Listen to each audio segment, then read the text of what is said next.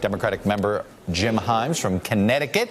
He's also a member of the House Intelligence Committee, and I do want to get him there. And I know you have potential votes, so I understand that. Cut me off when you have to. But no worries, Chuck. Let me start with this. Unfortunately, it looks from the outside as if the official Washington is preparing to keep the government partially shut down for a while. You've got trying to put, force government workers back to work where they have to. They're trying to cobble together just enough so that the public doesn't notice. Where's the urgency? Chuck, there's a lot of urgency. Look, there's lots of people out there, 800,000 people who are not being paid. And there's also an urgency that the American people should appreciate.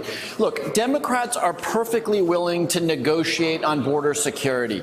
I heard the president talk about steel slats. We have a lot of steel slats. If there needs to be an additional 20 miles of steel slats, let's negotiate that.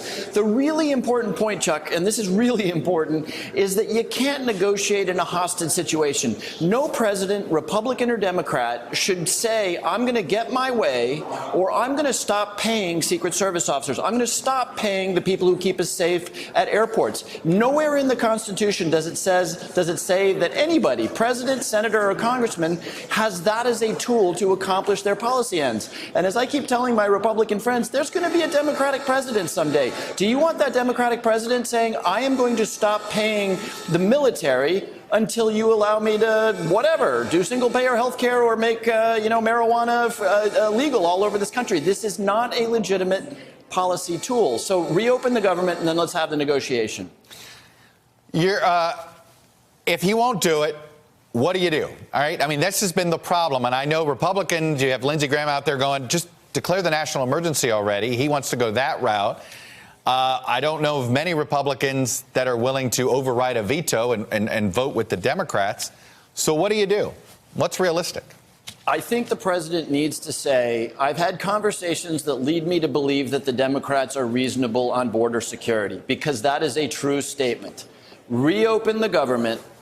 Start paying the 800,000 people who are out there wondering how they're going to feed their kids tomorrow.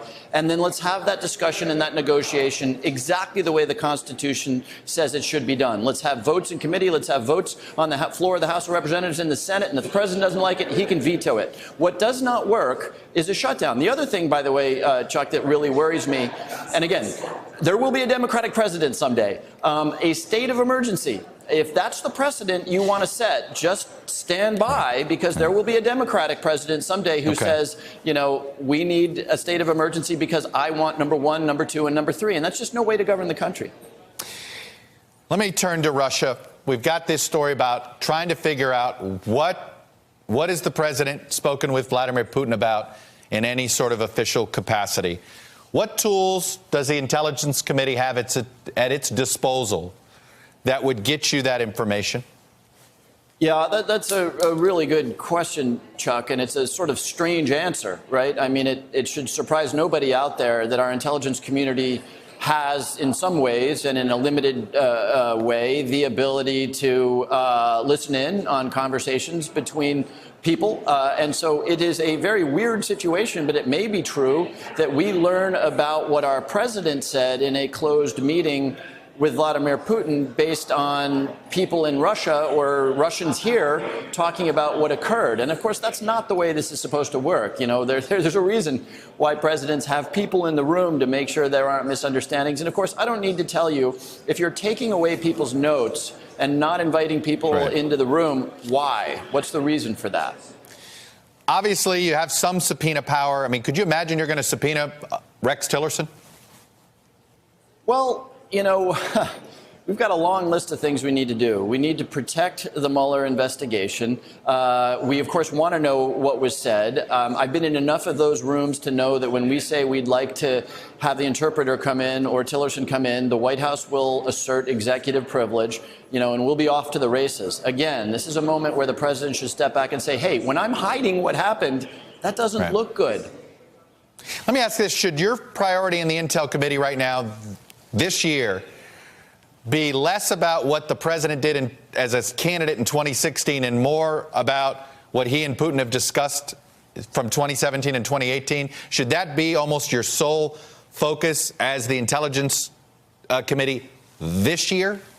Yeah, we don't ever have a sole focus, but we are charged with overseeing the intelligence community, which is a very big job. We are also charged with looking into the intelligence threats that are out there. Russian interference in the election, Russians' attempt to compromise the president and the president's people. So that's fair. And of course, we're going to wait.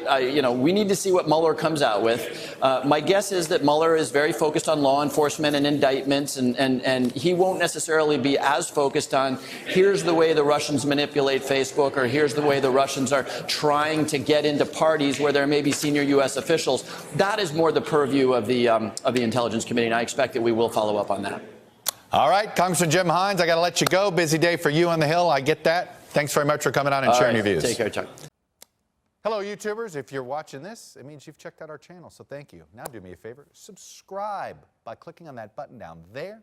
Click on any of the videos to watch the latest interviews and highlights from MTP Daily and MSNBC. You can get more Meet the Press content every morning in the First Read newsletter. If you're tired of content that you don't know anything about where it came from, you don't have to have that problem with us. NBC News, MSNBC, MTP, and the Meet the Press mindset right here for you on YouTube. Subscribe now.